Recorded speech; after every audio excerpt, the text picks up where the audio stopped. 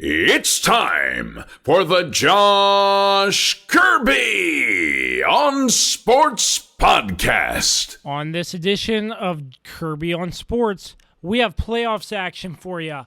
Final season is over, and we will have a full breakdown of the NBA and NHL playoffs. Plus, Anthony Davis to the Lakers, and also some MLB talk. All that and so much more. Stay tuned.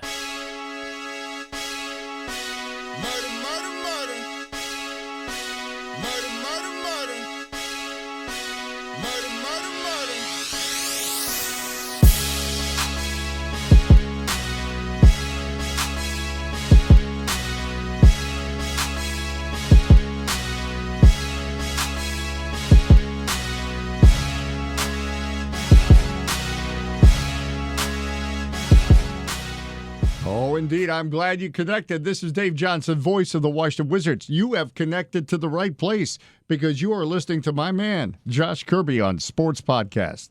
Alrighty, another week of the Josh Kirby on Sports Podcast, part of the Mayo Police Podcast Network. As always, we're sponsored by Route 11 Chips. Make sure you find their wonderful chips in stores, Martin's, Food Lion, and Giant. But first, before we begin, we want to give our thanks to Dave Johnson and JR Beats Official, as always. So let's get this thing started. I have in the studio with me today Dan Dembski. He's been a regular on the show before with me and CJ. And if you haven't heard by now, CJ has left to start his own podcast. We'll get him on the show hopefully pretty soon to talk about what he's doing, but best of luck to you, CJ, and we're going to get this rolling. Dan, my man, Josh. With the plan, what's going on? My man, trying to rhyme out here and ain't working too well. Yeah, that was an ill attempt, my friend, but you know what? I'm happy to be here, man. Thanks for having me again. It's always fun to be on your show. I enjoy sitting down and talking sports for a while, so thanks again, man. Oh yeah, any time, day or night, it's a beautiful day out. Nice new scenery change, but we're gonna strive to bring you the best content here today. So, final season is officially over. I can't believe it. What are we gonna do to a football season?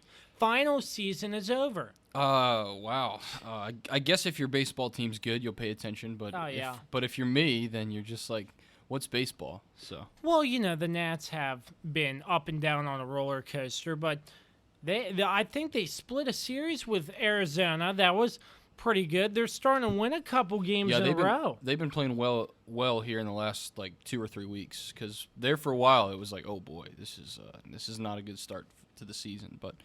It's taken them some time, but they've started to put it together. We'll see if that bullpen holds up there, Mr. Kirby. Yeah, I feel like the Orioles have just dropped off the face of the earth. I haven't heard any news about them or anything.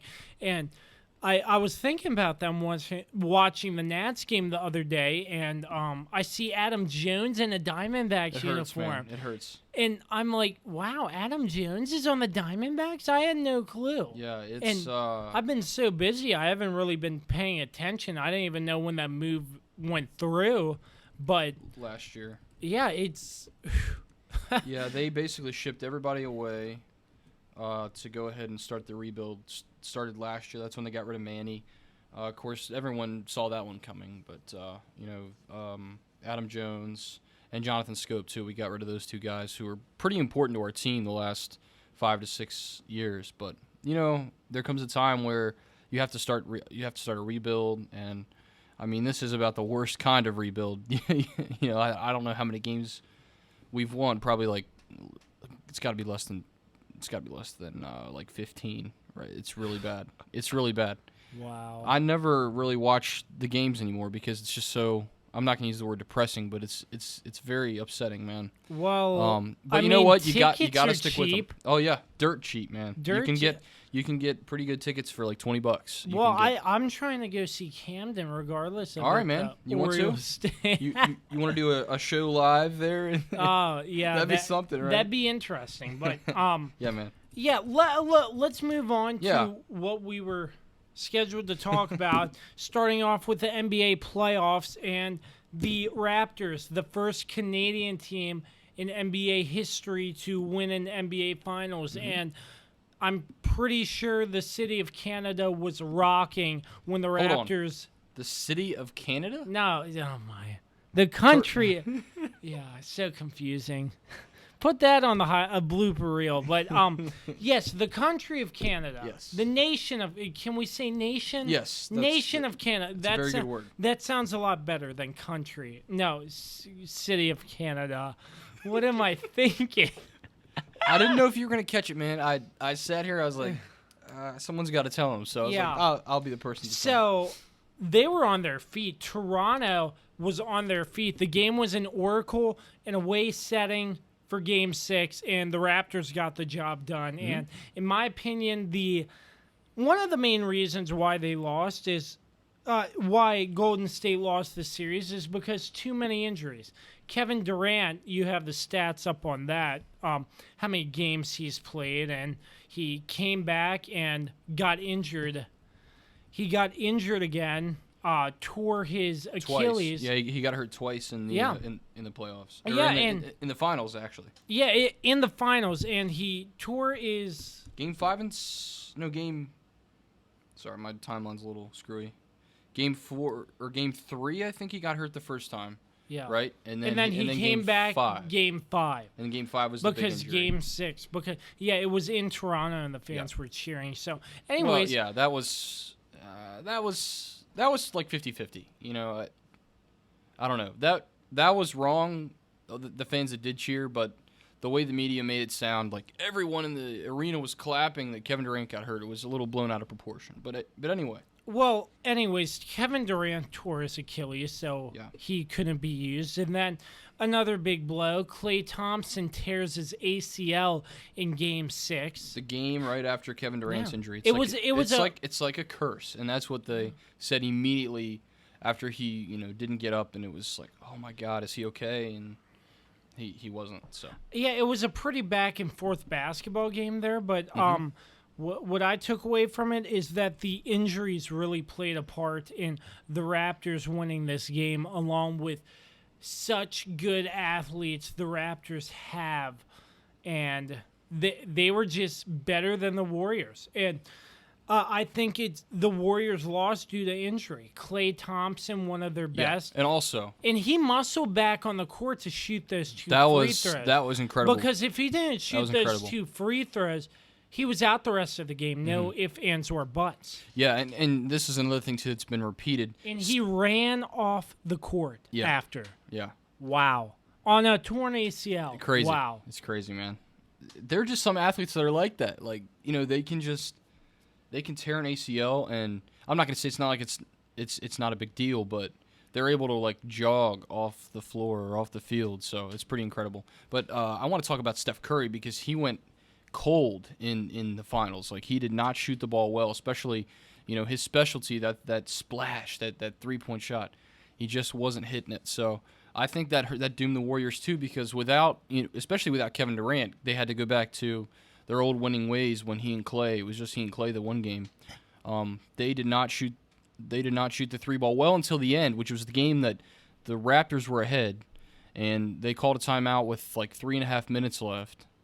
And Nick Nurse decides to take that time out there, and hindsight's 20/20, but that was a stupid timeout because the Warriors come back to win that game. They were only down 6, of course, and they shoot the three so well, but overall Steph Curry just disappointed me, and I think a lot of people are pinning the blame on him, and I don't think that's fair, honestly. I mean, to be honest, you lose your two best players that you've had all season. And, I don't care what people say regarding, buying championships and whatnot. That's a bunch of crap to me because, I think Kevin Durant went to the Warriors to win the title? Yeah. I mean, he spent, 7 or 8 seasons in Oklahoma City with nothing to show for it. There were no titles. Earned, I don't know how many times they made the finals. I would say only a couple times. But yeah, back to Steph Curry. I mean, he just went ice cold, and I think that hurt the Warriors because they counted on him. When your two best players go down, and he was the MVP, I think, in 2016.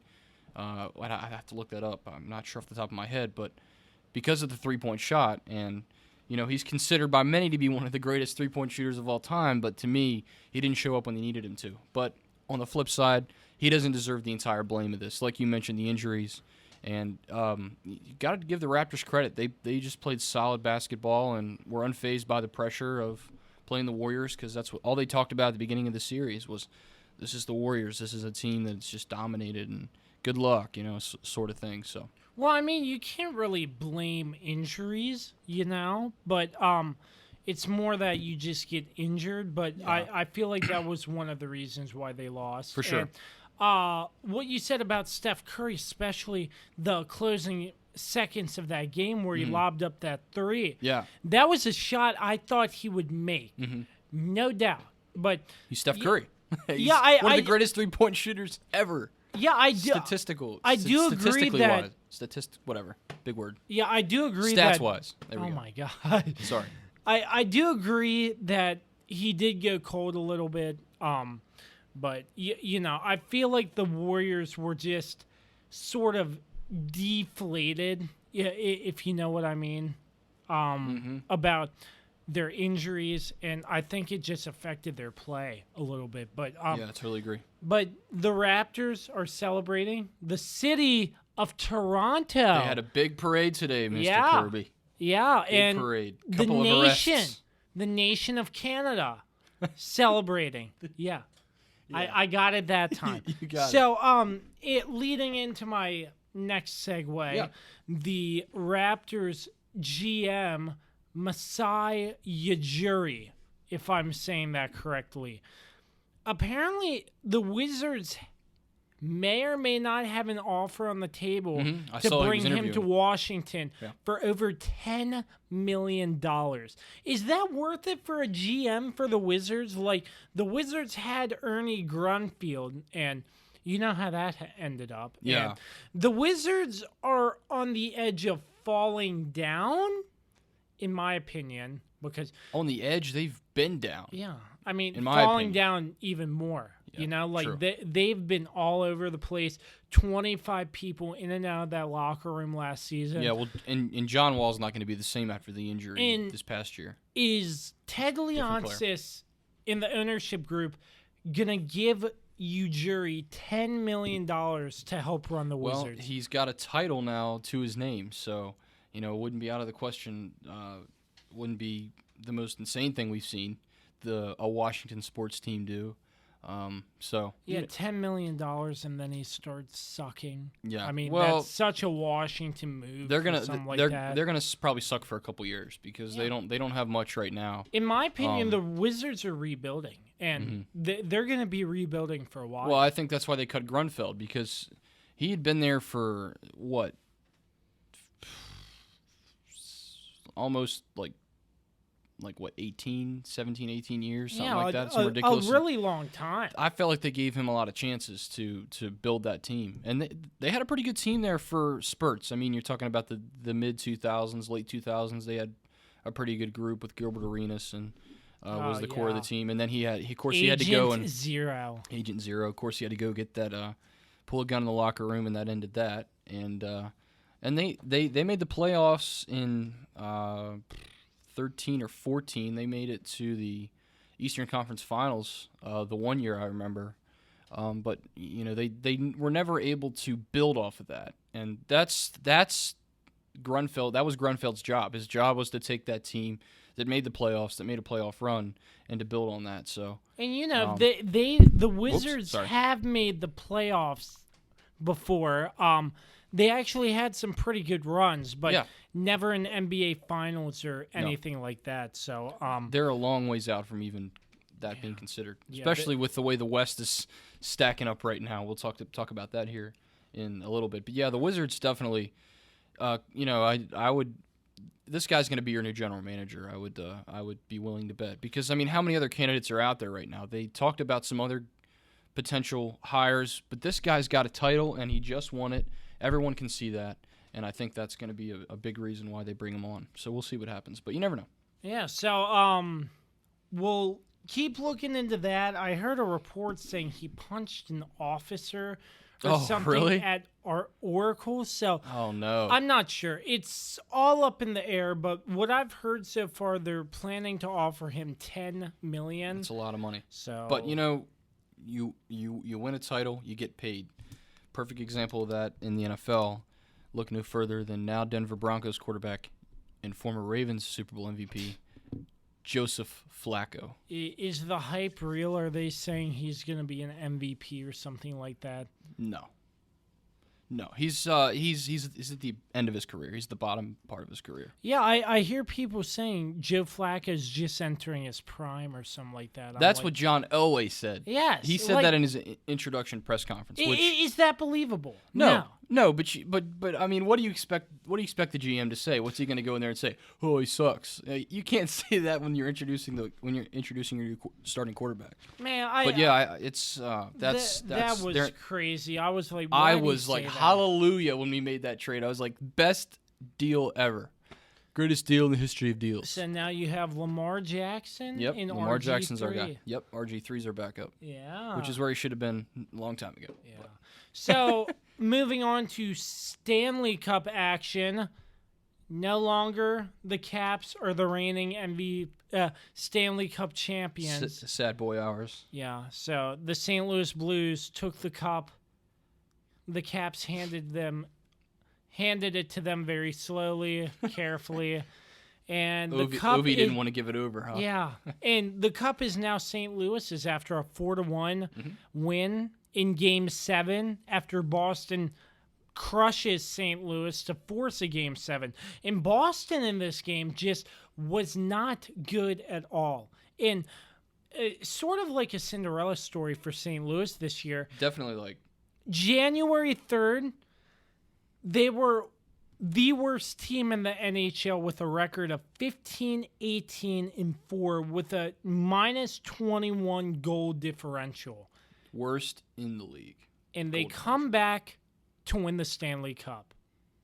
Yep, and that January 3rd game before, of course, was the record you mentioned, but that night they went to beat the defending Stanley Cup champs, your and my Washington Capitals 5-2.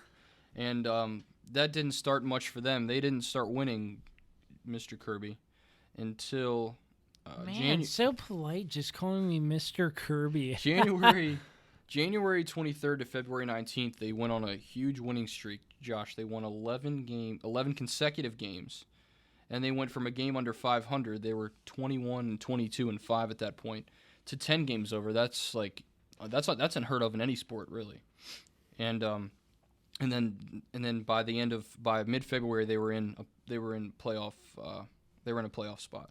Yeah, and they pretty much didn't. They just kept winning from then on out. Yeah, I mean their playoff story was pretty unique as well because they came in and I feel like they didn't even have a shot to beat Winnipeg, but they did. No. The Jets were a pretty good team at the time. Well, all the teams in the playoffs, all the top seeds lost. Yeah. I mean, the Blues, who would have picked them, back, at the beginning of the playoffs for them to make it that far? But, you got to give credit where credit's due. I didn't think they'd get past San Jose either, and they were able to do that. Yeah, in San Jose, that was a pretty tough series. Two very tough physical teams where I thought they weren't going to make it past. But they did, and they ended up in the Stanley Cup final, and the first for a franchise like this. First. And it's crazy. They're not going to celebrate as hard as the Caps, but well, you can say that, of course.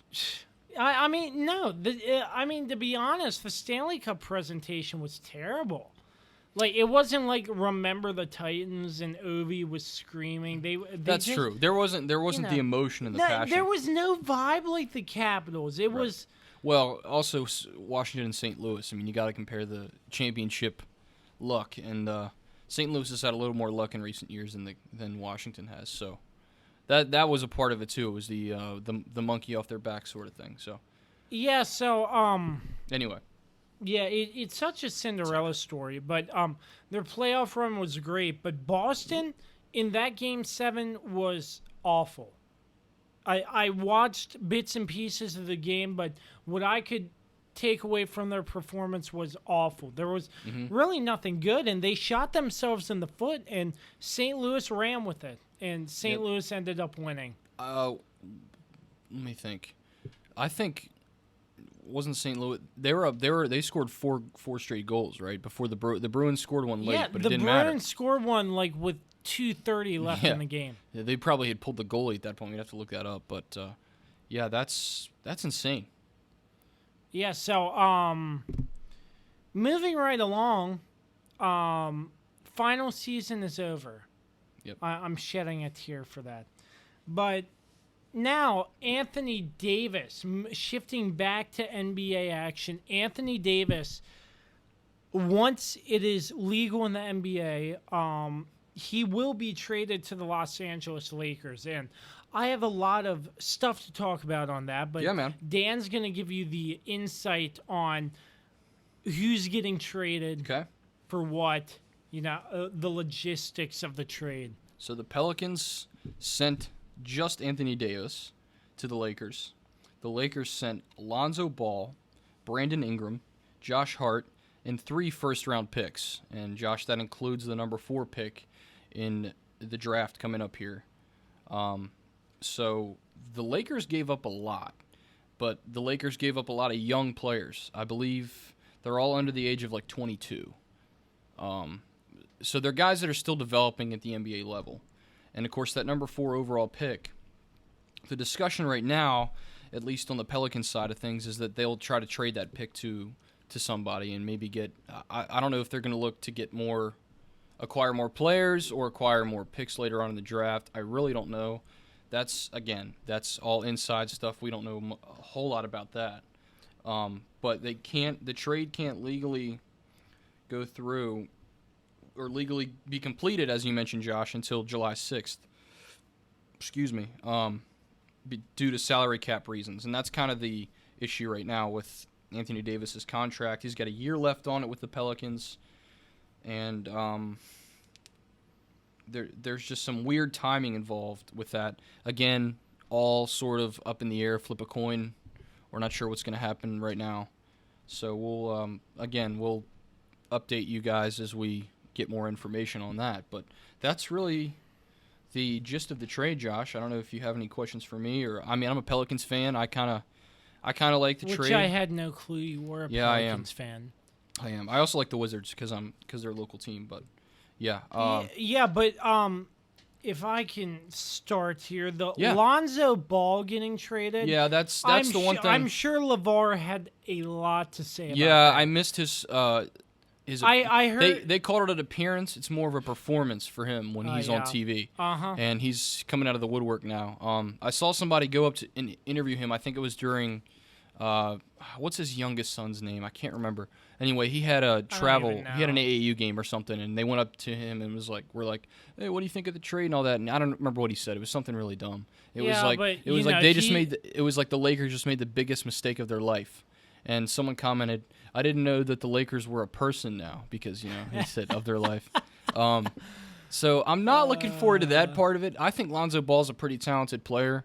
But his father causes too much drama. His dad's just obnoxious. And he's a distraction to say the least. So I'm not very excited about that. But like I said, I think we got 3 solid players and young players to help build around. And, of course, that number 4 pick. And we already have the number 1 pick, which, Zion's coming to New Orleans. So. Yeah, so Anthony Davis to the Lakers is another puzzle piece in the puzzle for the Lakers, who are, in my opinion, rebuilding. And LeBron James, he's going to have... Don't let LeBron hear you say they're rebuilding. He'd smack you in the ear hole. Well, LeBron is. One person can't make up a whole team. No, I totally agree. Well, especially now at LeBron's age, when he was young, when he was just coming into the NBA. LeBron can't carry the whole Lakers. Oh, okay, but he carried the Cavaliers in the beginning of his career, though. They had some okay players, but they didn't have any good players. They didn't have any guys who had any good career after they played for Cleveland. But he was younger. He the East was also incredibly weak back then. Let's be honest about that. It's still pretty weak now compared to the West, but yeah, I thought when LeBron got picked up last year by the Lakers, I thought he was in over his head because the West is a different thing, man. Yeah, with Golden State. Golden State and Golden State 5 straight. Mm-hmm. Who's gonna beat them? Nobody. Who's gonna be the first team to beat them in the West? That's why when people said that the Lakers were now competing for a title, I just laughed at that. I said, yeah, it's like you just said. One player doesn't make a team. You have to have at least 2 or 3 solid players nowadays, or star players, to get to a title. So okay, but they have a I think long way to go. You think the Lakers have a long way to go? Yeah, but even before with Anthony they even Davis, make a title.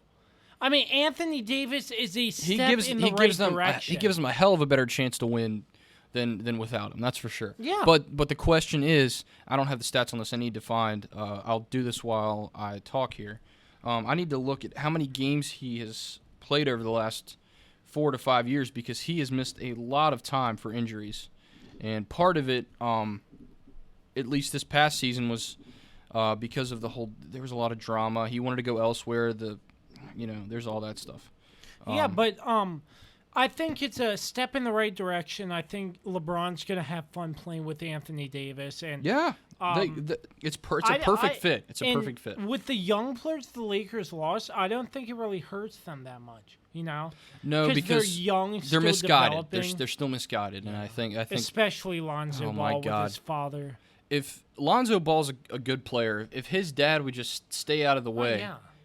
he would become a star player in this league. I think. I mean, he's only 21, so he's got a way to go. So yeah, ways to go.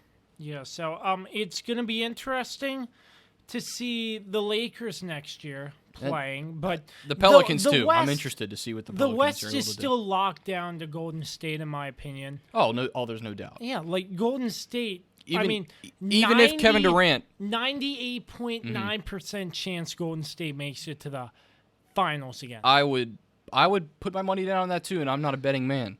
But even with Durant missing, he's gonna miss the whole season next year, according to I saw several reports that said that. So that's a big loss for the Warriors. But as long as they have Clay and Steph, I think they can get back. Yeah, I really do. As long as Clay gets healthy, that's the most important thing. Yeah, for another them. thing it's a long season. I forgot to touch on was the road to recovery for Klay Thompson and Kevin Durant. Yeah.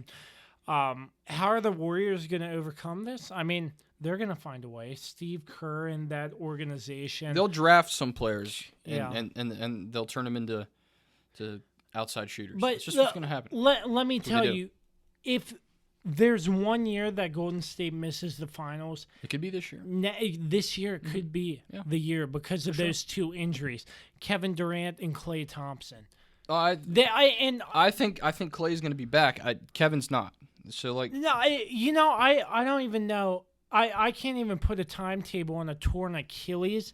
That's a pretty big injury. Yeah, like you're landing on your feet all the time in the NBA, and with Kevin Durant tearing his Achilles, I'm not sure. Is that 1, maybe 2 years out? Well, he'll at least be out next season. Same injury as John Wall of the Wizards. So. Yeah, and John Wall slipped in getting out of the shower. No, he re-injured it. Doing something like that. I'm not sure. I think he slipped coming out of the shower. Anyway, not that matters because an injury is an injury. But yeah, here's an article in the San Francisco Chronicle. Looks to be a good read. It's got potential free agent replacements, not replacements, but free agent findings for the Warriors. And it doesn't matter who they get, Josh, because Steve Kerr is a great coach and he can turn them into, championship caliber team. So we'll see what happens. They definitely have options, but Draymond will have to play. Draymond actually played pretty well he's a crybaby. That's what he is. Oh, he's obnoxious. Oh yeah, he's obnoxious. He's a crybaby. Yeah. He's the one reason a lot of people don't like the Warriors, other than the fact that they've been successful and been. I can stand the Warriors. The only team I can't stand who wins a lot is the New England Patriots. I can stand the Warriors. I totally agree. And in baseball, the Yankees, but that's neither here nor there. Yeah. Anyway. So, to our last and final topic, Dan, you wanted to talk about the Edwin Encarnacion trade from Encarnacion. the. Yes, sorry if I botched that. He is not from the nation of Canada, but he did play Mariners there. to the He did play there. Yankees. Yes. That's a good trade for the Yankees. The one concern is they are loaded with right-handed hitters, and we all saw, with the two teams last year in the World Series, they both had, right-handed and left-handed hitters pretty balanced pretty evenly. The Yankees, if you go up and down their lineup, I kid you not, I had it pulled up earlier. It's R, just straight down the line. There's four. They have 4 or 5 hitters that are lefties. No consistency. But they have no mixture of left-handers or switch hitters in there not anyway. consistency. No, what's the word? Variety? Yes, variety. Yeah. They don't have any of that. They don't mix it up. Like if That's it's one of the all concerns. right-handed, it's gonna be a lot easier for you to make a lineup off of that. But if it's like left, right, right, Which is what the Dodgers had last year. If you look at their lineup, they had left, right. It was a nice mixture, and that helps. People say it doesn't, but the baseball purist will tell you it makes a difference. And what was I going to say? Shoot, I lost my train of thought. The Yankees bullpen is still really bad. I mean, they have a lot of issues with that, and that's one concern I have. If you want a team like the Yankees to win the World Series, to make the World Series, I should say, rather, you have to have a deep bullpen. Boston last year is a perfect example. In those 7 games they played in the World Series, they used all of their bullpen because they had to. There were a lot of innings. I forget what was the one game 5 or 6 that went to like 16 or 15 or 16 innings, something like that. Anyway, they used up a lot of their bullpen in that series, and so they're a perfect example of you have to have a deep bullpen to make the World Series in this league, and the Dodgers had that too last year. So that's my concern for the Yankees. I'm not concerned for them because I don't like them anyway. But we'll talk about Edwin Encarnacion, how he's doing this year, and he actually leads the American League with 21 home runs, and he's also got 49 RBIs to go with it. And I heard this stat I'm going to give credit where it's due. I heard the stat on PTI. I was watching it before I came over. Your favorite. Yeah, I love your favorite. Tony Kornheiser's my guy, man. I love Chatter. Remember that move? Chatter's a great place, man. Oh man, that was actually a really good eat. We definitely need to go there again. Yes, definitely. Friendship Heights in D.C. Check it out. Right on the Maryland-D.C. border. We took the Uber ride up there. Me and that was adventurous. Dan and I. Yeah, just having a good time, cool. man.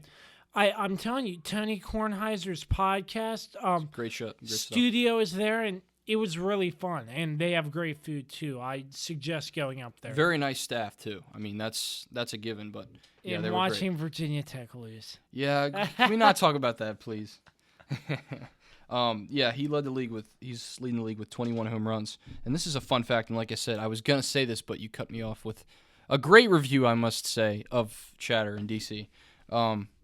But he's had 32 or more home runs since 2012 because he hit 42 in 2012, and he's had mid-30s to early 40 in the 40 range of home runs since then. So he's not a guy that's going to give you 50 or so home runs, but he can hit the long ball, and that's the last thing that any team in the American League East needs right now is another team that hits home runs and hits the long ball. So, and the Yankees have just added to that. So that's good in that respect. But again, the right-hander thing is concerning, and their bullpen still needs a lot of work. So we'll see. If they can go and find a great pitcher, they have the money. They don't have that issue like a lot of teams do. So we'll see if they're able to add that down the stretch. Again, we're only in June. We're not even to the All-Star break, so anything can happen at this point. Yeah, once the All-Star break comes, I'm hoping we get a more clear picture of who's going to make it to the playoffs and who won't. Mm-hmm. The All-Star game is a good halfway point, and you sort of can gauge who will make it to the playoffs and who won't. Yeah, and sometimes, but there's been cases where teams have gone on runs and they've rose from the dead. The Orioles aren't going to do that. So. What if they do? Dude, it would never happen. Oh my gosh. I don't know what I would do if that happened. Shave my head. I don't know what crazy things do you do when that sort of thing happens in sports. But yeah, so the Yankees got a pretty good, a solid hitter who can crush the baseball in Edwin Encarnacion, who by the way has won some sort of award from 2012 to 2017. He had, he won AL MVP or runner-up a couple times, and then he won MVP. This is confusing. The way they word this is confusing. Wow. Anyway, he's been a guy the last 7 years who's made quite a big impact, especially when he played for Toronto, which is, by the way, in the nation of Canada, Josh. Yeah, the nation of Canada. There we go. You got it, man. So yeah, I think this is a good trade for the Yankees, but I don't think it helps them in the playoffs necessarily because it's about pitching a lot of times in the postseason and not as much about hitting because every team can hit the long ball. The Orioles hit the long ball a lot, but it doesn't do them any good. The Nats have been hitting the long ball a lot lately too. Yeah, they have. They've been playing really well, Josh. Yeah. Hoping they can keep that up. So, yes, sir.